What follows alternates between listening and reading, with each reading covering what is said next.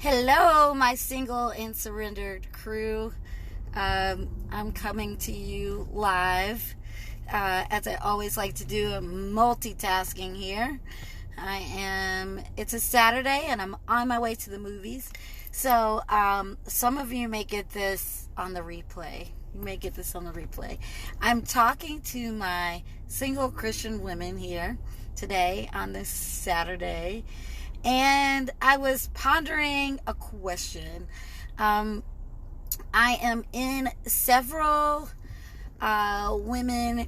Christian women, also several Christian single women Facebook groups. And as with, I think, all groups of women, there are always lots of opinions about different things. And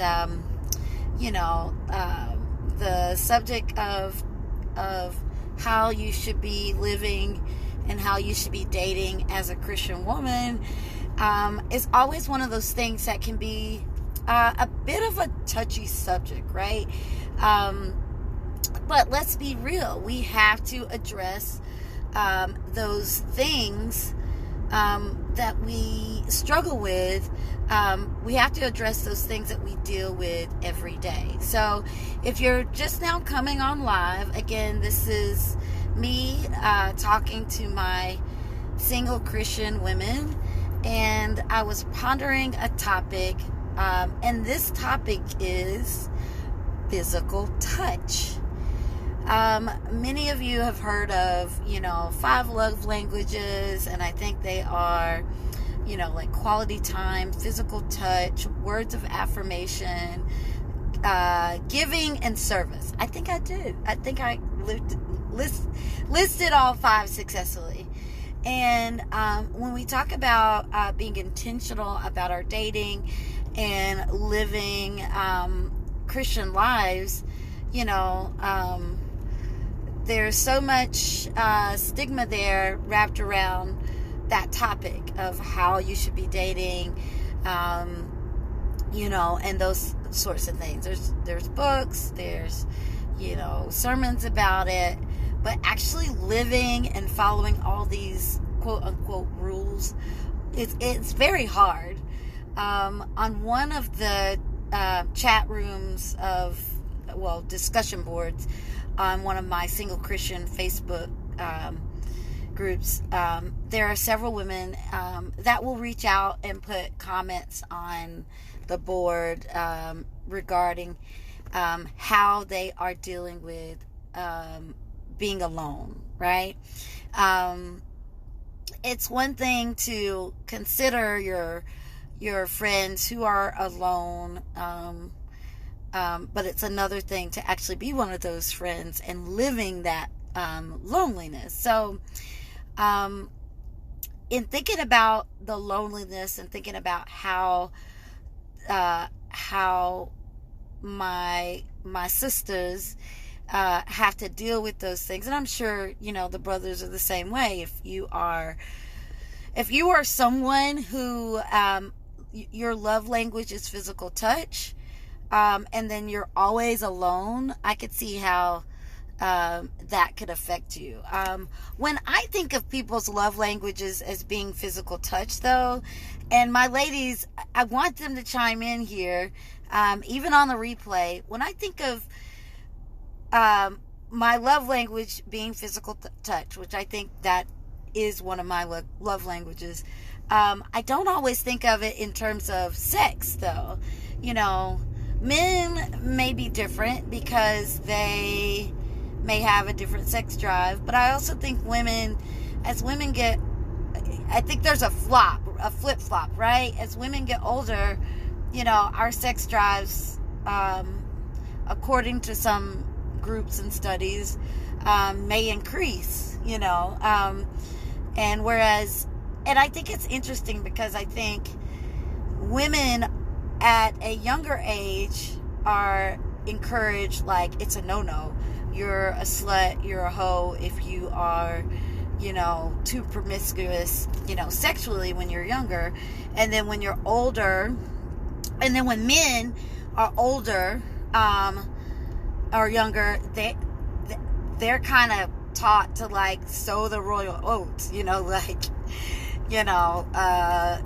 it's okay. Like, it's like their mamas are saying no, but then, behind the scenes, dad's high-fiving the teenager who's got, the cute, the hot, sexy teenage girl that's coming over, like who he's dating. It's like you're secretly high-fiving them, and it's kind of like, it's like it puts women in a position, because the men, an 18-year-old woman and an 18-year-old male, they have similar thoughts and things, but quarter mile, turn left onto Webb. But they're taught, that it's very different, the way they're taught when that happens or whatever. But anyway, I digress a little bit. I understand as I've gotten take the next left onto as I've Webb gotten Road. older, that when you've gotten comfortable with being single and you're used to being by yourself, you're not like necessarily some horny teenager, right? But you still enjoy the company of others, and if physical touch again is your love language, it could be hard when we've been through a world of quarantine and there's nobody to hug, or a lot of women are like me, and like we like the idea of holding hands, or or just having someone to kiss hello and kiss goodbye, that physical touch. So it could get interesting when you talk about physical touch being a love language, and how to navigate that. One of my girlfriends, I caught up with her a couple weeks ago, and she was telling me about this great Christian guy that she had met, and that they're just friends, and but they pray together and they spend a lot of time together. And just from the conversation, I could tell like she was she was attracted to him, he's attracted to her, but she said that he's made it a point to not touch her. They've never touched, they've never held hands, they've never hugged, or anything like that, but they spend a lot of time together. And I think that's a form of companionship that you can get, but in Christian dating, is that what you're supposed to do?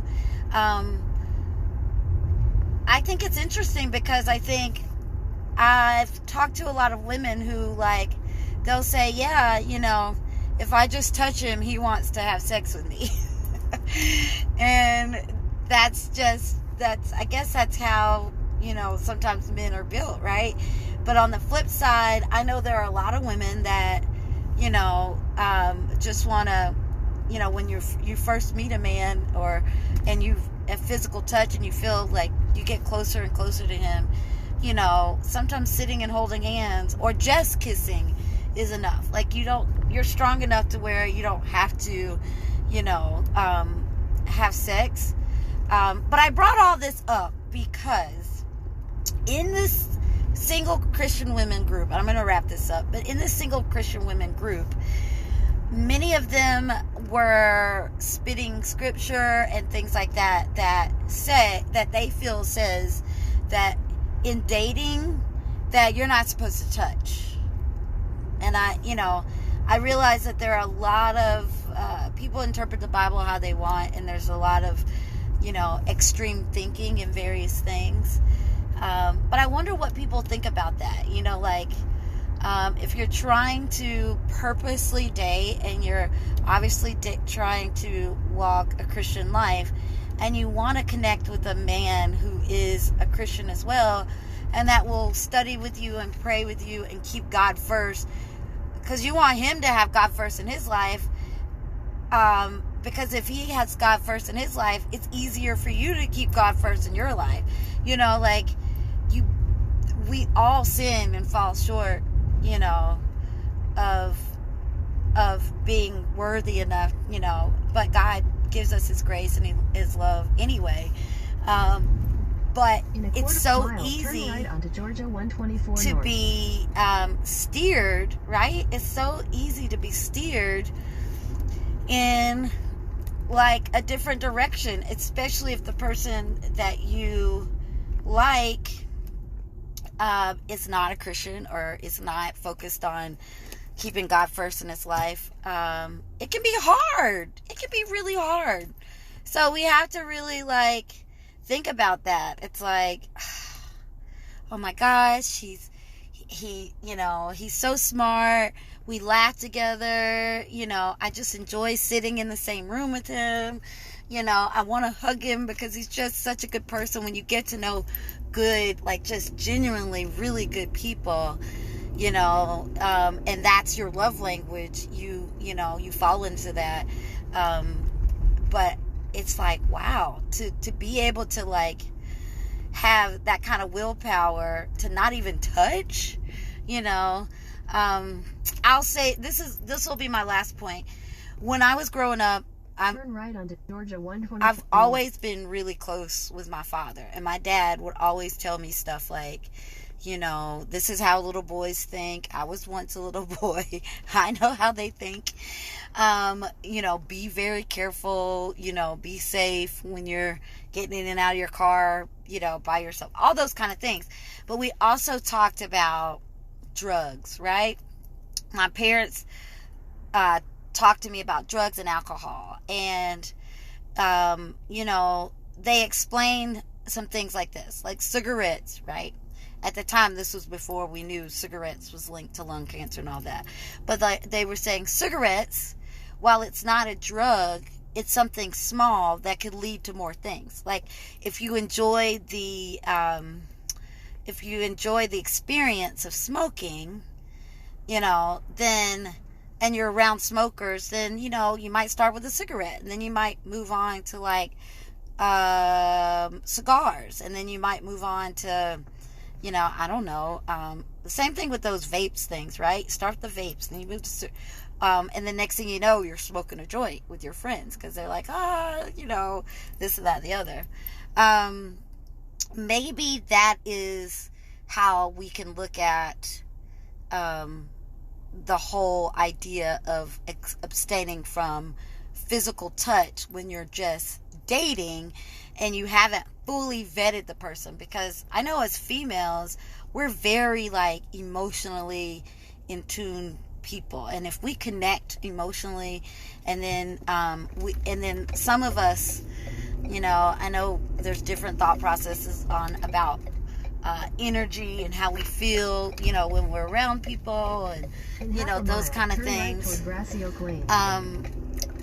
We have to be careful, right? So if you're watching this, and if you've watched the replay, it don't look like I have too many people on this, which is okay, because I'm going to save it.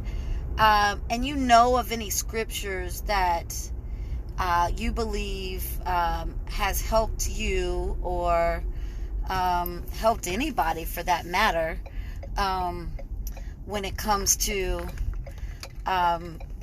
their dating life, share them. And if you think that there are some scriptures out there specifically speaking to physical touch, then please share those as well. You know, if you think that there's something that says when you're dating that you should not be touching each other, and I mean every aspect of that. I mean, you know, I've read or seen or heard, you know, sermons where preachers are like, no, you shouldn't even be hugging, you know. And then I know that the thought process with singles and people is like, as long as you don't have intercourse, then you're fine. You haven't, you know. But we know that there's, you know, other types of sex and things like that. Like how far, how far can you go? How far, and I'm sure all of that depends on different people and your willpower as to what you do and don't do when you're in a relationship, or when you're dating someone. So just food for thought for my single Christian women.